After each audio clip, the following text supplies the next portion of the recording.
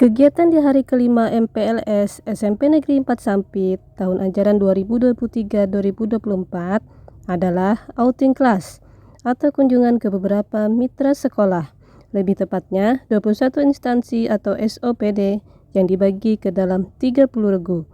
Kebetulan regu kami atau regu kuda akan mengunjungi Mall Pelayanan Publik yang beralamat di Jalan MT Haryono, Kecamatan Mentawa Baru, Ketapang. Bagaimana keseruan kami hari ini? Saksikan terus ya. Dan jangan lupa like, comment, share, and subscribe. Warahmatullahi wabarakatuh. Waalaikumsalam warahmatullahi wabarakatuh. Selamat pagi. Selamat datang di Mall Pelayanan Publik Kabaring Gurung. Yang kami hormatin ibu-ibu, bapak-bapak, guru dari SMP 4 Negeri Sampit dan adik-adik yang kami sayangi. Ini berarti kelas 1 SMP ya? Kelas 1 SMP dari SMP 4 Negeri Sampit. SMP Negeri 4 Sampit. Sekali lagi kami ucapkan selamat datang di Mall Pelayanan Publik Kabaring Gurung. Jadi sebelum perkenalkan diri dulu, ulun adalah Muhammad Ikhwan, biasa dipanggil Ikhwan. Di sini selaku sekretaris dinas. Kalau kami di sini sebenarnya adalah Dinas Penanaman Modal dan Pelayanan Terpadu Satu Pintu.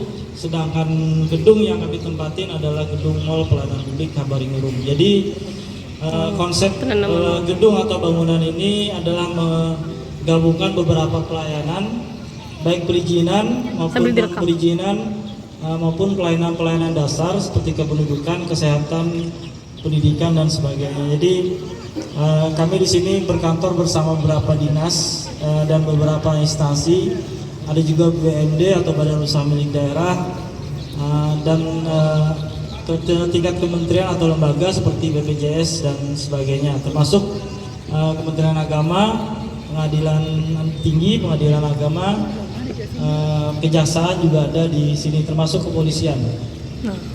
Nah, kami bangunan ini terdiri dari 3 lantai, lantai dengan luas hampir 500 meter persegi, hanya bangunannya, belum termasuk halaman.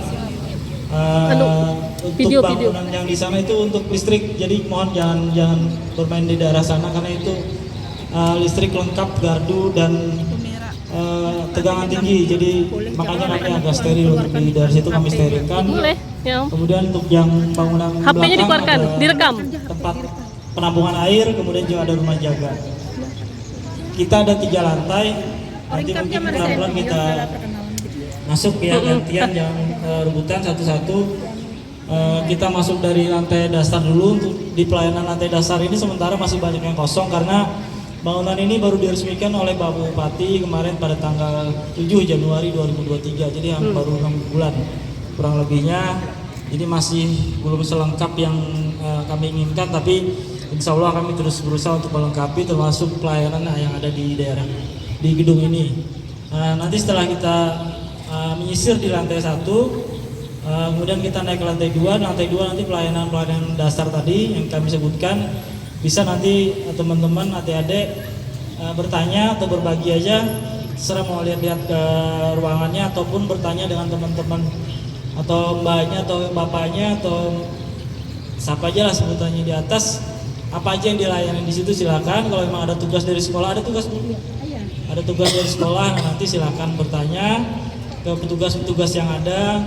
Kemudian nanti kita lanjutkan ke lantai 3, kita kumpul di ruang rapat. Nanti ada pengarahan dan motivasi dari Bapak Kepala Dinas. Tapi mohon maaf mungkin ruangannya karena terbatas tempat duduknya, Bu. Mungkin ada sebagainya duduk, harus semakin berdiri. Karena keperhitungan kemarin suratnya kurang lebih 40 ya. Ternyata yang hadir lebih dari 40. Untuk itu ada pertanyaan dulu sebelum kita masuk? Ada dari Bapak Ibu Guru? Tidak. Ada, silakan. Ulang. Nama ulun Muhammad Ikhwan atau dia panggil Ikhwan. Ya, silakan. Pangkat siapa? Pangkat Tian di sini sebagai apa? Kalau pangkat bukan, kalau pangkat kita emang ada pangkatnya beda sama jabatan. TNI. Jabatan. Tapi kalau pangkat jabatan. Oke. Jabatan itu adalah sekretaris dinas. Sekretaris dinas. Iya. Sekretaris dinas itu langsung di bawah kepala dinas. Nanti kalau struktur mungkin kami nggak bisa. Nanti kalau mau lihat lengkapnya bisa di website kami. Nanti kalau mau cek profil segala macam, nanti kalau misalkan ada tugas dari ibu guru yang tadi kurang lengkap, nah nanti buka di website aja dpmptsp.go.id. Maaf, dpmptsp.kotimkap, dicatat ya, .kotimkap.go.id. Ya, direkam. Saya ulangin, dpmptsp titik kotimkap titik go.id .go.id. ya. Nah di situ semua lengkap, visi misi, profil, struktur organisasi dan sebagainya, termasuk pelayanan. Jadi nanti kalau misalkan ada tugas-tugas yang nanti kurang lengkap atau masih ada yang perlu ditambahkan bisa diambil dari website tersebut. Oke. Ada lagi? Ada Pak. Ya silahkan. Jam pelayanannya dari hari apa, jam berapa aja supaya kalau ke Cinti. Siap. Oke, untuk pelayanan kami ngikutin jam kerja Ibu hari Senin sampai dengan Jumat, mulai dari jam 8 khusus pelayanan sampai dengan jam 15.00 atau jam 3 sore, tapi kita ada jam istirahat jam 12 sampai jam 1 untuk hari Sabtu dan Minggu.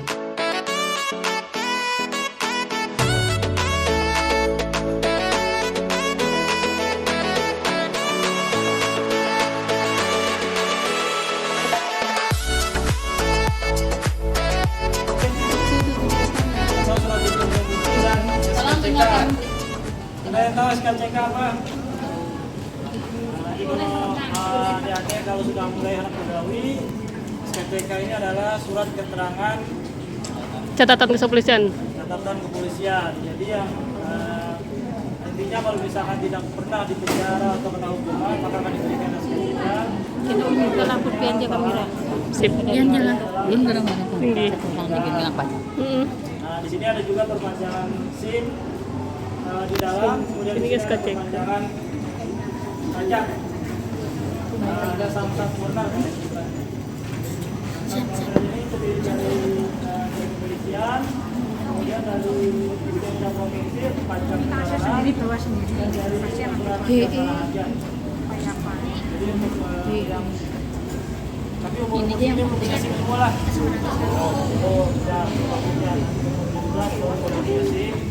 Untuk pembuatan pertamanya di kantor atas, tapi untuk perpanjangannya bisa di sini karena untuk pembuatan pertama itu harus melalui tes kemudian tes tertulis dan sebagainya. Ini nggak ada tempat di sini. Nah kalau perpanjangan tanpa tes jadi bisa dilaksanakan hanya lewat ruangan. Nah, dan kebetulan di sana ada sekretariat Forprov, bukan olahraga provinsi. Ada yang tahu dilaksanakan kapan? Forprov. Kalteng. Itu tanggal 26 Juli sampai Agustus. Jadi kita kedatangan sebagai peserta dari luar Sampit itu kurang lebih hampir 1000 orang untuk mengikuti kegiatan pekan olahraga provinsi. Jadi adik-adik bisa nanti nonton, kalau yang mau hobi misalkan bola silakan nonton bola, yang hobi basket silakan nonton basket dan sebagainya. Kita ada kegiatan di masing-masing lokasi. Jadi nanti kegiatannya di tanggal 26 sampai 5 Agustus 2023 ini.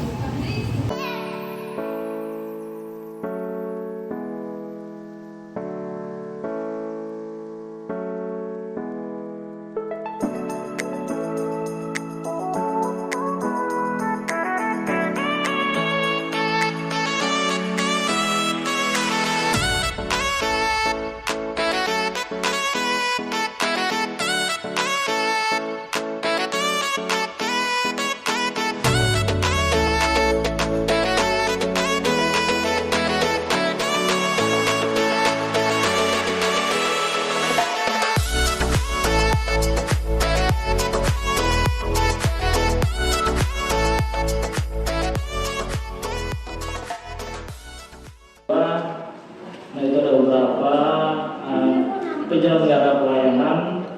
Jadi kita di sini totalnya ada 33 penyelenggara layanan. ada 150 layanan dan 179 Direkam. jenis layanan. 179 jenis layanan. Jadi kalau di lantai 2 tadi kita urut dari sebelah timur itu ada pengadilan tinggi, ada kejaksaan, pengadilan negeri, ada kejaksaan, kemudian di seberangnya ada Bank Pembangunan Kalteng. Jadi bapak dan ibu dulu kalau mau ngambil gaji di sini pun bisa. Bisa. Jadi nggak perlu antri di Bank Kalteng. Kalau kami terus terang di sini lebih gampang, termasuk ngambil bekas dinas, kami ngambilnya di sini aja. Itu juga mereka menerima setoran juga, tapi untuk pembuatan ATM dan sebagainya bisa titip sehari setelah baru jadi. Kemudian di sebelahnya ada kantor pajak Pratama untuk pembuatan KTP, NPWP, pelaporan pajak dan sebagainya. Nah di sebelahnya lagi itu ada pojok baca.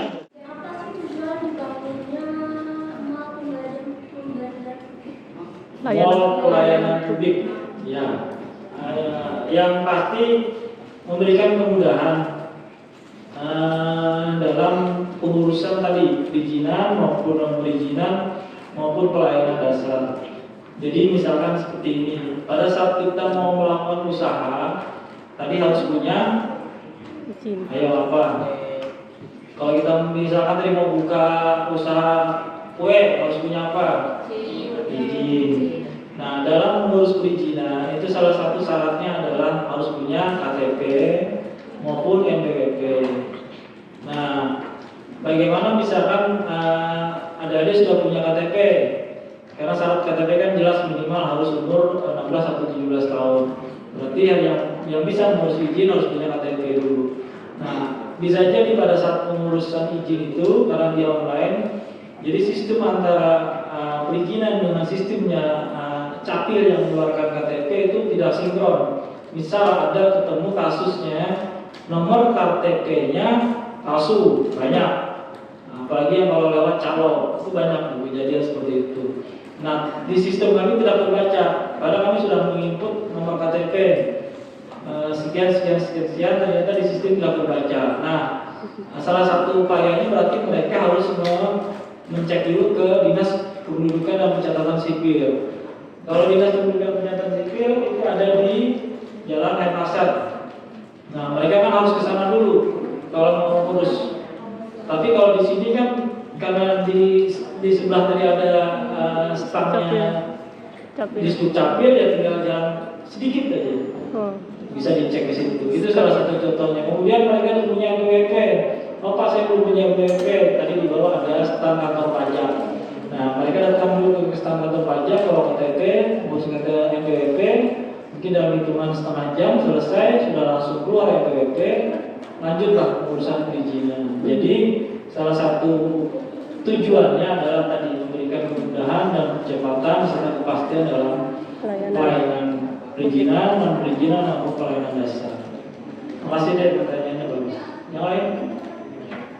Pak, Silakan Bu. ulun menanya mengenai perizinan tadi yaitu mengenai bangunan.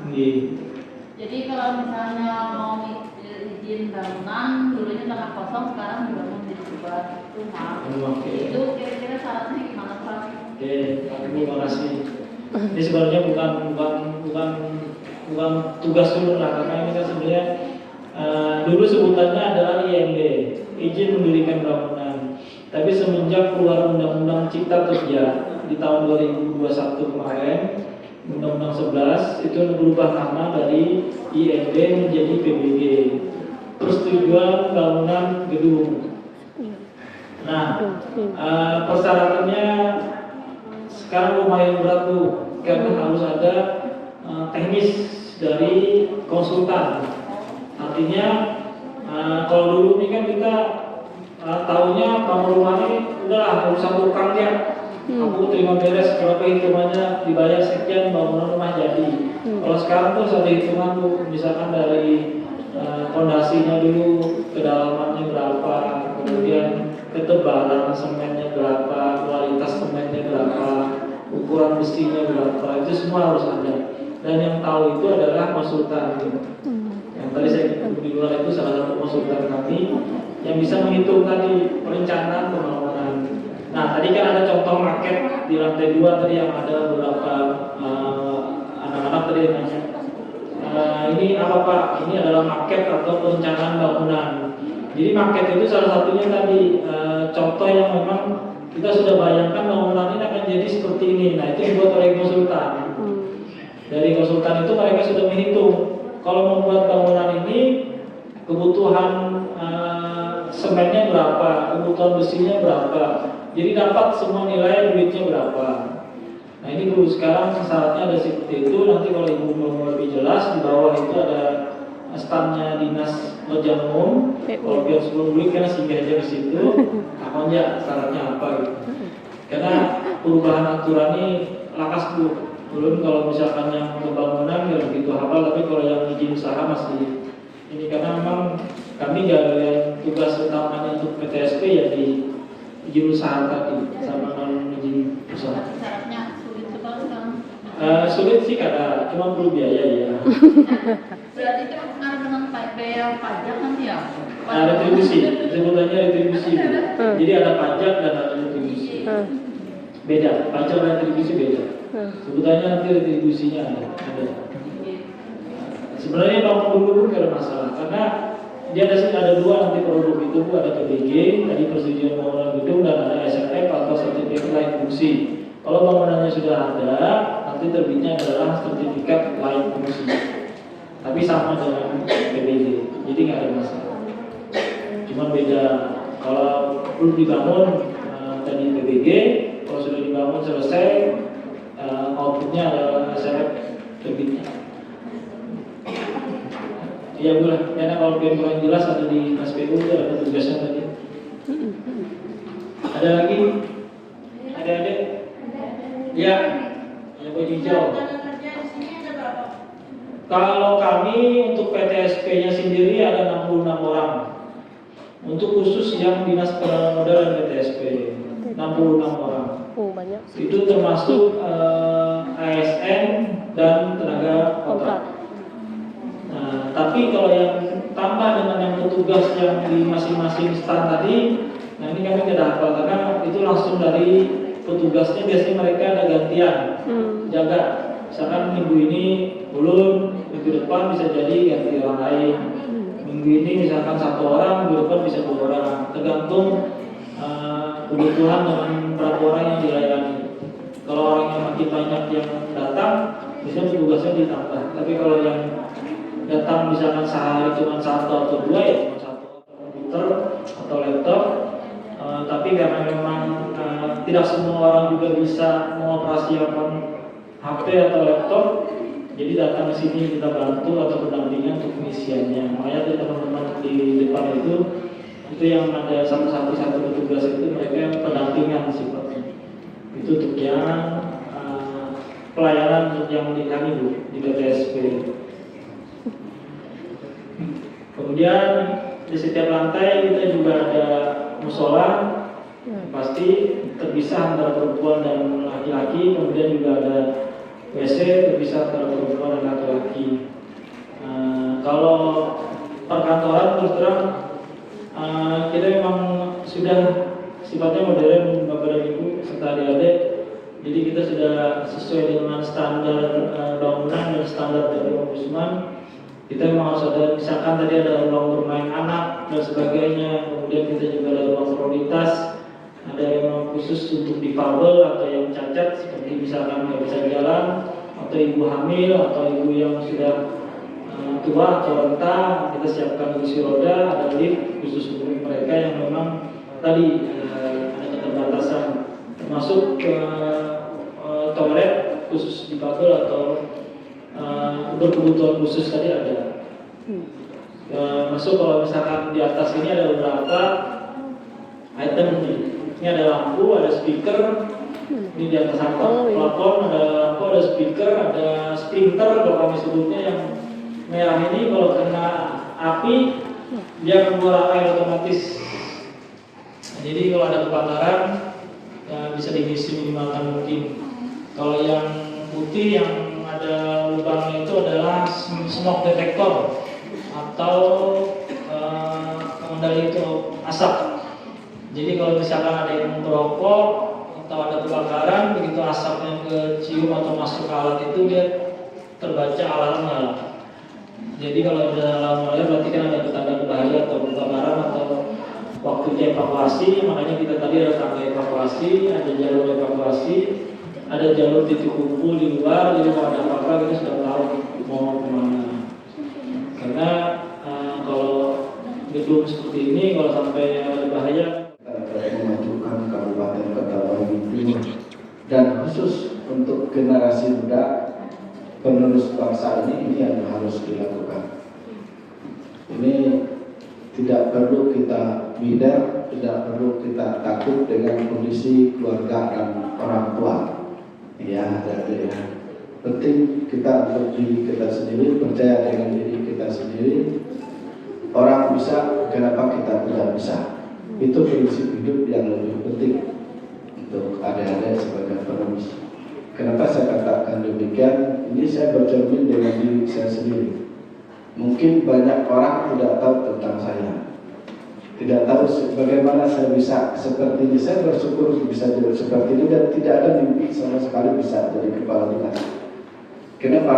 Saya tidak punya keluarga, tidak punya saudara yang tinggi, yang sebagai pemimpin yang tinggi. Saya berusaha dengan diri saya sendiri. Jadi diri saya sendiri prinsipnya bahwa saya harus bisa, kenapa orang tidak? Karena kenapa orang bisa, saya kenapa tidak? Jadi itu prinsip saya dulu. Saya meninggalkan sekolah, saya meninggalkan orang tua dari kelas 5 SD.